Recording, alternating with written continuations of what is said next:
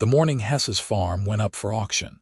She stood at the edge of her ruined fields and decided she would not cry in front of the men who had waited years for her to fail. The sun beat down on earth, so tired it had turned gray, cracking in patterns that looked like broken pottery.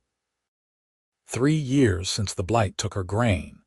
2 years since her husband died trying to coax one more season from soil that had nothing left to give. 1 year since she had stopped pretending the farm could be saved. Now a handful of neighbors gathered near the auction post her brother-in-law had driven into the ground that morning, their faces carefully neutral as the auctioneer cleared his throat and began his practiced speech about the property and its boundaries, though everyone present knew every fence line and every failing well. Hessa kept her tusks clenched and her shoulders back. She was not tall for an orc woman, barely 5.5 feet, but she had her mother's build, sturdy and capable, and she would not shrink now. Her dark green skin had taken on a dusty cast from the dry season, and her hair, once worn in careful braids, hung in a simple tail down her back. She wore her work clothes because she owned nothing better, and because pretending otherwise would have been a lie no one would believe. "Do I hear an opening bid?" the auctioneer called, his voice carrying across the empty yard. Silence answered him. A crow called from the skeletal remains of the apple orchard. The wind moved through grass that had gone wild and yellow. Hessa had expected this. Her nearest neighbor, a man named Gerald Marsh who owned good land to the south, had made his interest clear. He wanted her acres to expand his own holdings, but he wanted them cheap, wanted her desperate enough to take whatever he offered outside the auction. She had refused. If her farm was going to die, it would die honestly. "Come now, gentlemen," the auctioneer tried again. 120 acres, a house with good bones, barn and outbuildings. "The house leaks," someone muttered. "The barn is half fallen," another voice added. Hessa's jaw tightened. Both things were true. Also true was that she had spent 3 years trying to hold everything together with her own 2 hands, with no money for repairs, and no strength left over after each day's struggle with land that refused to produce. Her husband's family had made their disapproval of the match clear from the start, had offered no help when he died, and now his brother stood among the auction crowd with his arms crossed, and satisfaction poorly hidden in his expression. 50 acres, Gerald Marsh said suddenly. "I will bid on the southern 50 acres if the parcel can be split." The auctioneer looked uncertain. "The sale is for the whole property, Mr. Marsh." "Then I cannot bid. No one can make the whole thing pay." Gerald's voice carried a note of false regret that made Hessa's stomach turn. She opened her mouth, though she did not know what she meant to say. Rage and grief tangled in her throat.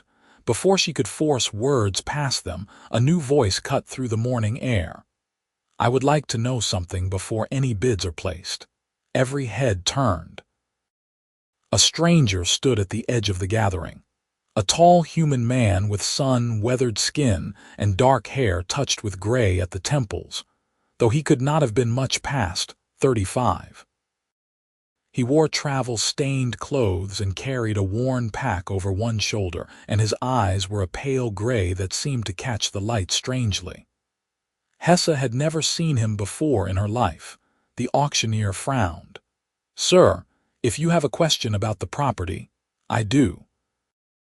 The stranger walked forward with an easy confidence that made several men shift uncomfortably. He stopped a few paces from Hessa and met her eyes directly, which so few humans did. "Miss, I apologize for the forwardness, but I have been walking this valley for 2 days now and I have seen a dozen farms. Yours is the only one with terracing markers in the east field. Did you begin that work yourself?" Hessa blinked, thrown entirely off balance. Yes, last spring." "Before I realized." She stopped, embarrassed. The terracing had been a desperate attempt based on something she had read in one of her husband's old farming manuals, but she had not had the strength or knowledge to complete it, and the work had come to nothing. "Before you realized you would need help to finish it properly," the stranger said, nodding as though this made perfect sense. "And the field rotation markers near the north barn. 3-year cycle. 4, Hessa said faintly. "I tried 4. The stranger's face broke into a smile that transformed him entirely, warming his austere features. 4.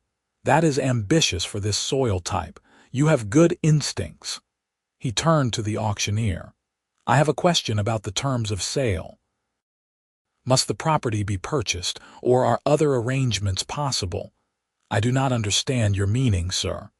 I would like to propose something to the owner directly if she will hear me." He looked back at Hessa. "My name is Thorne Irving. I am what you might call a soil scientist, though mostly I am a farmer who has made every mistake possible and learned from them. I have been traveling, looking for a place where I might put my knowledge to some use.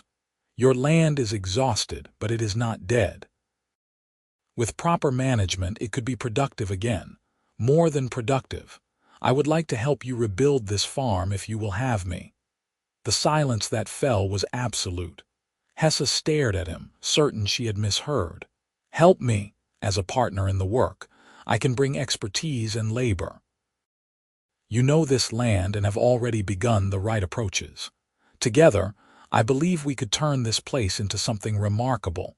No purchase, no taking of your property, just an agreement to work side by side and share in what we build." "This is highly irregular," the auctioneer sputtered.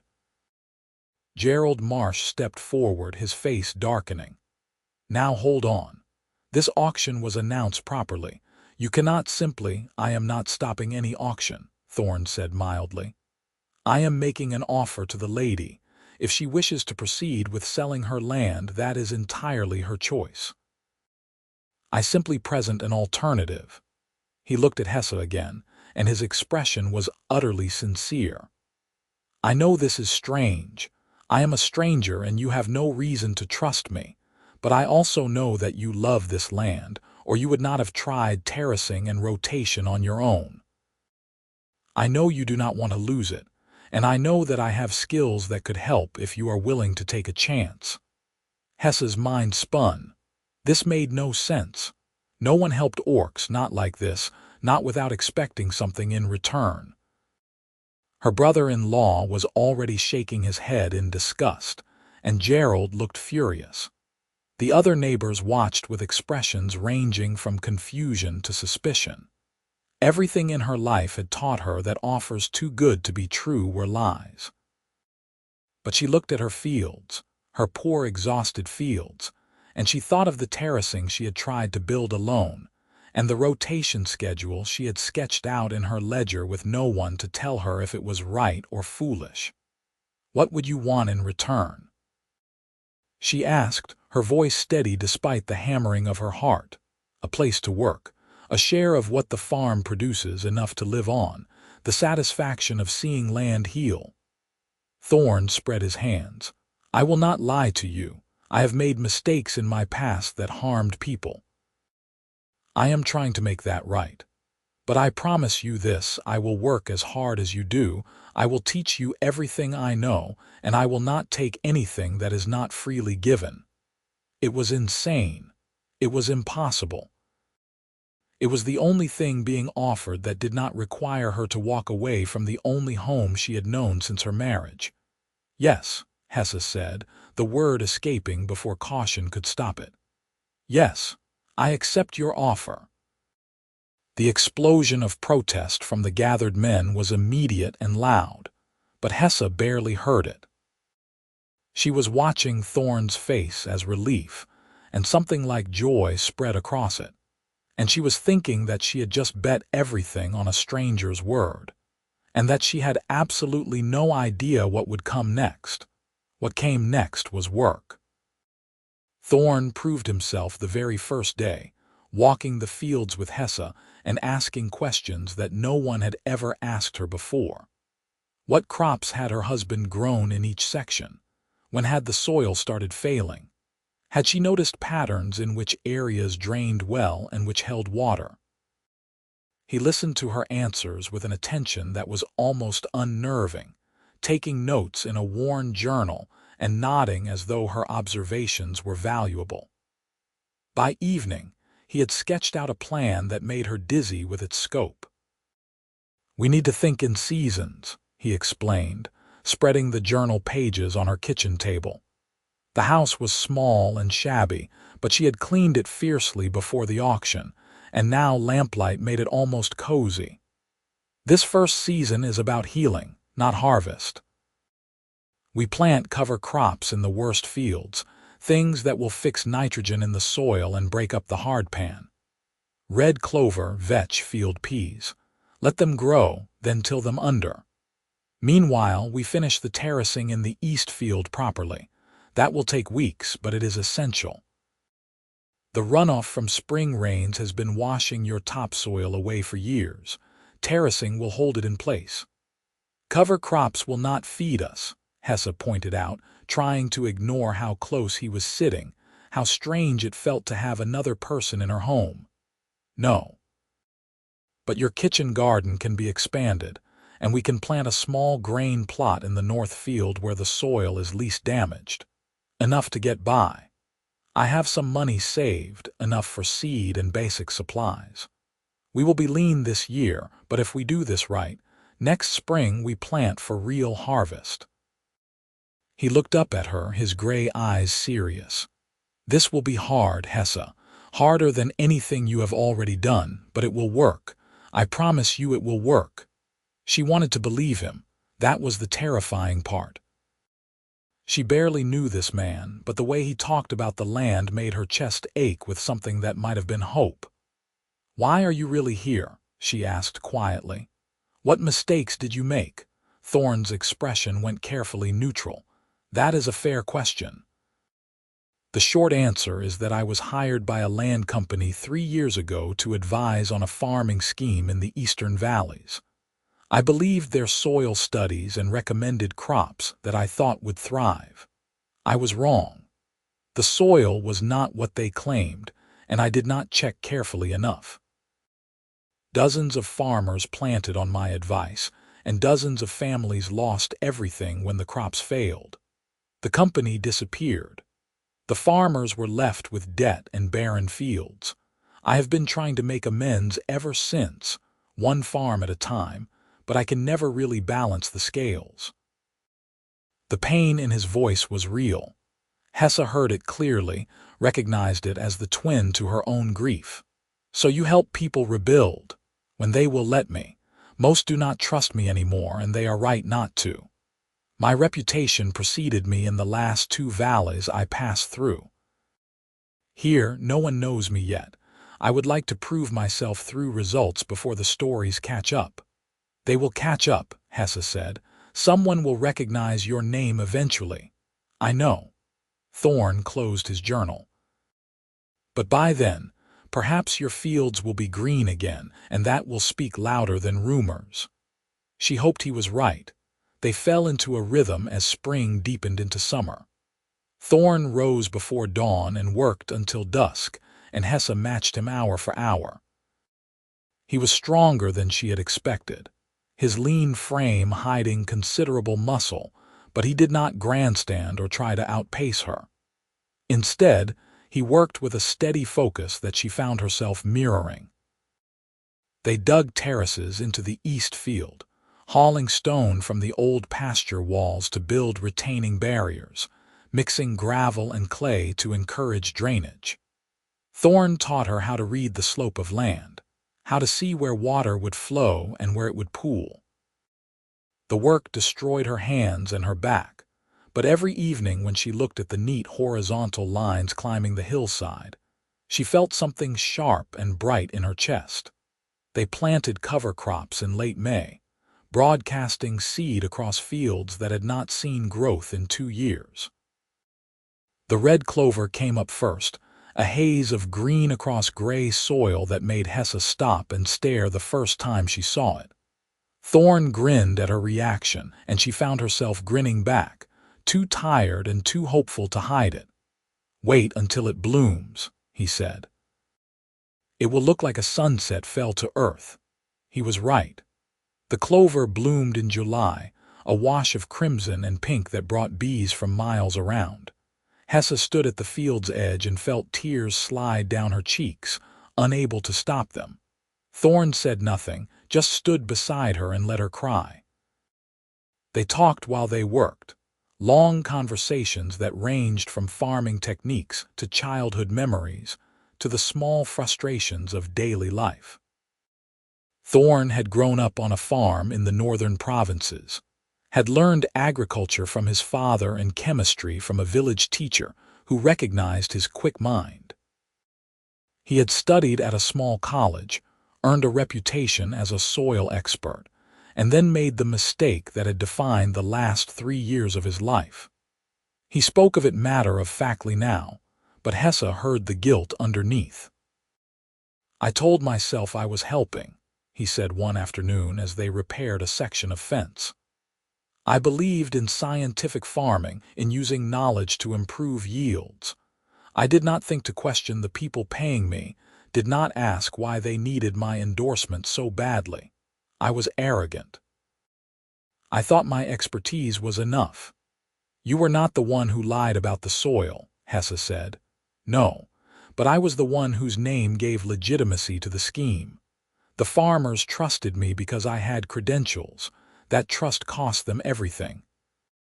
He drove a post into the ground with more force than necessary. "I cannot take that back. All I can do is try to help others now without pay, without recognition. Let the work speak for itself." Hessa understood that impulse. She had felt it herself, the desire to redeem failure through sheer effort. They were both trying to prove something, she realized, to the world or perhaps just to themselves. As summer deepened, the farm began to look almost prosperous. The cover crops grew thick and green. The kitchen garden Thorne had helped her expand produced more vegetables than she knew what to do with. The terraced field stood ready for autumn planting. Even the house looked better, its worst leaks patched and its shutters rehung. Thorne had moved into the small room off the barn, insisting that she keep the house for herself, and they had settled into an easy domesticity that felt both comfortable and fraught with unspoken tension. Because Hessa was falling in love with him, slowly and inevitably, and she had no idea what to do about it. It was in the way he listened to her, really listened as though her thoughts mattered. The way he laughed at her dry jokes, his whole face lighting up. The way he worked beside her without complaint, never expecting her to be less than his equal. The way he looked at her sometimes when he thought she did not notice, with a tenderness that made her breath catch. She did not let herself hope. Hope was dangerous. He was human, and she was an orc, and there were lines that people did not cross. He had come to heal the land, not to build a life with her. Believing otherwise would only lead to heartbreak. Then August came, and Gerald Marsh came with it. She was in the north field, checking the grain's progress, when she heard the sound of a horse. Thorne was at the market in town, trading vegetables for supplies, so she was alone when Gerald rode up to the field's edge and dismounted. "Hessa," he said, his voice falsely jovial. "The farm is looking well. I admit I did not think your stranger would last the summer." "His name is Thorne," she said, keeping her voice level, "and he has been invaluable, I am sure he has." Gerald's expression shifted, becoming colder. "I have been asking about him in town." "About Thorne Irving, do you know what people say?" Hessa's stomach dropped, but she kept her face neutral. "I know his history." Do you know about the Eastern Valley scheme, about the families he ruined with his bad advice? He is a fraud, Hessa. A con man who shows up at failing farms, offers help, and then takes them for everything they have once the owners trust him. You are being played. That is not true. Is it not? How much have you paid him already? What has he asked for in writing? When the harvest comes, how do you know he will not claim half the farm as his due? Because he is not like that, Hessa said, her voice rising despite her intention to stay calm. He has asked for nothing but a share of the food we grow. He has worked harder than anyone I have ever known. He is a good man. He is a man who destroyed dozens of livelihoods through his incompetence or his greed, depending on which story you believe. Gerald stepped closer, his expression hardening. I tried to buy your land fairly, Hessa. I offered you a way out before it came to this. Now your reputation is tied to his, and when he is revealed for what he is, you will lose everything. Again. Get off my property, Hessa said. I am trying to help you. No, you are trying to get my land cheap, and you are angry that I found another way. Now leave. Gerald stared at her for a long moment, his jaw working. Then he shook his head slowly. You are making a mistake. When that man shows his true colors, do not come crying to me. He mounted and rode off without looking back. Hessa stood in the field, shaking with anger and something that felt horribly like doubt. When Thorne returned that evening, she told him what had happened. He listened in silence, his expression growing more troubled with each word. He is not entirely wrong, Thorne said finally. My reputation is terrible. The Eastern Valley scheme ruined people, and I was the face of it. If Gerald spreads that story, others will believe him. They will assume I am swindling you. But you are not. No. But proving that will be difficult. I cannot argue my innocence with words. No one will believe me. The only thing that will convince them is results. He looked out at the fields, now dark under the evening sky. We need a harvest. A real one. Grain and vegetables, enough to show that the farm is recovering, enough that no one can deny the land is healing. If we can make it to spring, plant a full crop and bring it in successfully, that will speak louder than any rumor. That is months away, Hessa said. I know. Can you wait that long? Can you handle the gossip and the doubt until we have proof? She thought about it, about the long winter ahead and the whispers that would follow her through town. She thought about the farm, about the green fields and the terraced hillside, and the work they had already done. She thought about Thorne, about his steady presence and his careful teaching and the way he looked at her. Yes, she said, I can wait. The rumors started within a week. Hessa heard them in town, saw them in the way people's eyes slid away from hers, in the way conversation stopped when she approached. Someone claimed Thorne had been run out of 2 other valleys. Someone else said he had taken money from a widow and disappeared. The stories grew with each telling, and by September, half the valley believed she was being conned. Thorne took it in stoic silence, working even harder as though physical labor could make up for damaged reputation.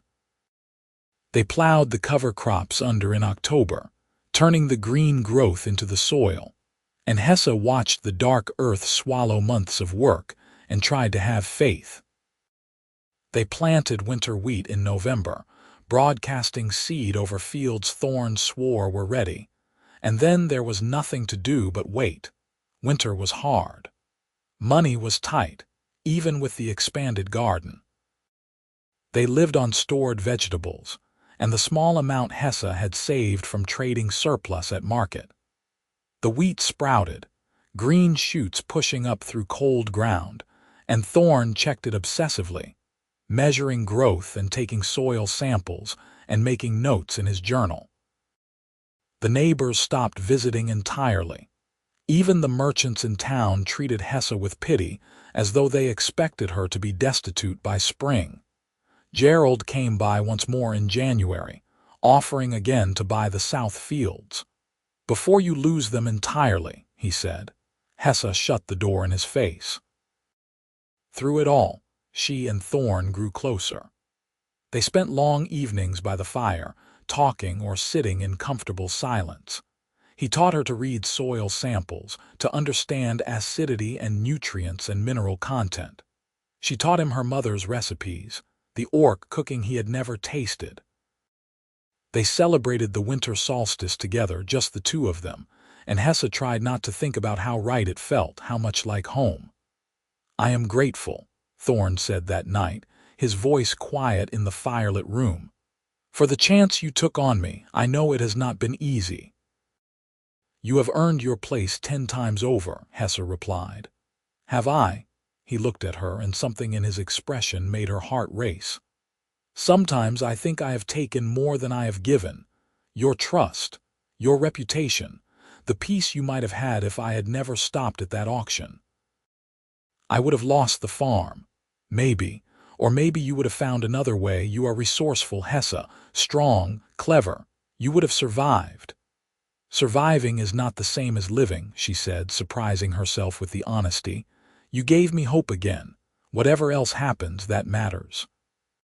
Thorne reached across the space between their chairs and took her hand, his fingers warm around hers. "You gave me purpose. A reason to believe I could still do some good. That matters too." They sat like that until the fire burned low, hands linked, not speaking. It was not a declaration, but it was close. Spring came with a rush of warmth that turned the valley green overnight. The winter wheat shot up, growing tall and strong, and by April it was clear that the harvest would be good. Better than good. The terraced field, planted with early vegetables, produced prolifically. The north field's grain stood thick and healthy. Even the orchards, pruned and fertilized, showed new growth. Thorne walked the fields every morning with an expression of cautious joy, and Hessa walked with him, letting herself believe for the first time that it had all been real, that the work and the waiting had meant something. The wheat harvest came in June, golden and abundant. They hired day workers from town to help with the reaping, and word spread quickly about the yield. People came to see for themselves. Neighbors who had scorned the farm all winter suddenly interested in the terraced fields and the crop rotation schedule. Thorne answered their questions patiently, explaining techniques without condescension, and slowly, grudgingly, opinion began to shift. "How much did you plant per acre?" one farmer asked. "The same as always," Thorne said. "The difference is soil health. Cover crops, proper drainage, strategic fallowing. The land was not dead, it just needed rest and proper treatment." By July, other farmers were asking for his help.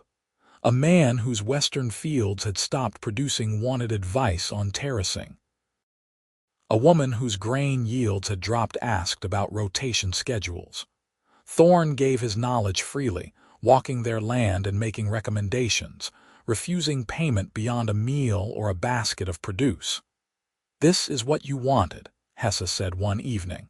"To help people, to make amends." "It is a start," Thorne agreed. "But it is more than that. It is proof that the work itself is good, that the methods are sound. No one can call me a fraud when the results are growing in their fields." Gerald Marsh came by in August. He stood at the edge of the thriving east field, his expression sour, and said nothing. Finally he looked at Hessa and gave a curt nod. "I was wrong about your partner," he said stiffly. "The farm looks well." It was not an apology, but it was as close as Gerald would ever come. Hessa accepted it with a nod of her own and watched him leave. That evening, she and Thorne sat on the porch and looked out at the land they had healed together. The fields were lush, the orchards bore fruit, the house no longer leaked. It looked like a successful farm because it was one. "I need to tell you something," Thorne said suddenly. Hessa's heart jumped into her throat. "All right. I came here to heal land, to prove I could still do good work to make up for my mistakes. That was my purpose." He paused, seeming to struggle with words. "But somewhere along the way, my purpose changed. I stopped working for redemption and started working for you, for us, for the life we were building together. And I realized that I do not want this to be temporary. I do not want to move on when the farm is stable. I want to stay if you will have me, Not as a partner in work, but as a partner in everything. I love you, Hessa. I think I have loved you since the day you said yes to a stranger's impossible offer. Hessa could not breathe, could not think, could only stare at him as her entire world rearranged itself around his words. You are human, she managed finally. I am. I am an orc. You are. People will talk. Let them. Thorne smiled, that warm, transformative smile that made her chest ache. I have spent 3 years caring what people think, trying to rebuild a reputation I do not even want anymore. I am done with that. The only opinion that matters to me now is yours. If you want me to go, I will go. But if you want me to stay, if there is any chance you feel the same way I do, then nothing else matters. Not gossip, not prejudice, not the fact that we are different species. I love you. That is the only truth I care about. I love you too, Hessa whispered, the words escaping before fear could stop them. I have been in love with you for months. I just did not think you could want me back. Thorne laughed, a sound of pure relief and joy, and pulled her into his arms. She went willingly, burying her face in his shoulder, feeling his heart beat against hers. When he tilted her chin up and kissed her, careful of her tusks, she kissed him back with all the longing she had been holding in for so long. Marry me, Thorne said against her lips. Make this official. Make this farm ours together, legally and truly. I want everyone to know that I am yours and you are mine. Yes, Hessa said, laughing and crying at once. Yes, absolutely yes. They married in September in the small church in town with a handful of friends and neighbors as witnesses. It was a simple ceremony, but it was real, and when the minister pronounced them husband and wife, Hessa felt as though she had finally come home. The valley's opinion shifted entirely after that.